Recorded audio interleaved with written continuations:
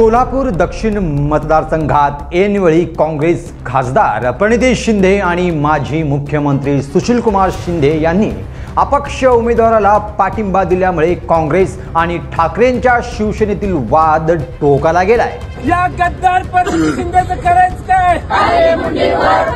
भाजपची हातमिळवणी केलेल्या प्रणिती शिंदेचं करायचं काय? या प्रकारामुळे सोलापूर जिल्ह्यातील ठाकरे गट चांगलाच संतापला असून स्थानिक नेते शरद कोळी यांनी प्रणिती शिंदेंना थेट इशाराच दिला आहे। तुम्हाला सांगतोय प्रणिती शिंदे, तुलाच काय तुझ्या बापाला देखील आम्ही भेट नाही आणि असली भीती आम्हाला परत दावायची नाही। तर संतप्त ठाकरे गटाच्या कार्यकर्त्यांनी प्रणिती शिंदे तुम गद्दार हो असे म्हणत प्रणिती शिंदेंच्या पोस्टरला जोडो मारो आंदोलन केलं आहे। दरम्यान शरद कोळी यांनी तोडाफोडीची आणि प्रणिती शिंदे तसेच सुशीलकुमार शिंदे यांच्या खालच्या पातळीवर जाऊन टीका केल्याने आता काँग्रेसचे कार्यकर्ते चांगलेच आक्रमक झाले आहेत। कोळी याला सांगायचंय, तुझ्या ऑफिस समोरून तू कालचे वक्तव्य केला की ताईंची गाडी फोडील। मी तुला आज सांगतो, तुझ्या ऑफिस समोर मी आज बोललोय, तुझी गाडी ज्या दिवशी त्या ऑफिस समोर थांबेल त्या दिवशी तुझी गाडी फोडल्याशिवाय हा युवक काँग्रेसचा कार्यकर्ता शांत बसणार नाही। आज काँग्रेसचे युवक अध्यक्ष गणेश डोंगरे यांनी थेट शरद कोळी यांच्या विजापूर रोड येथील कार्यालयासमोर जाऊन थेट धमकीच दिली आहे। यानंतर महिला काँग्रेसही रस्त्यावर येऊन आंदोलन छेडलंय।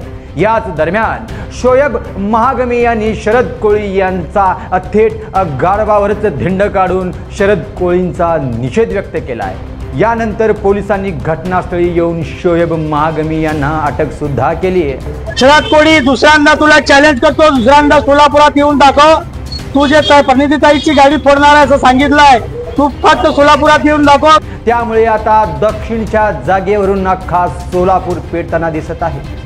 सोलापूर दक्षिण विधानसभा मतदारसंघ हा नेहमी काँग्रेसचाच बालेकिल्ला राहिला आहे। मात्र युतीमुळे हा मतदारसंघ ठाकरे गटाकडे आला होता।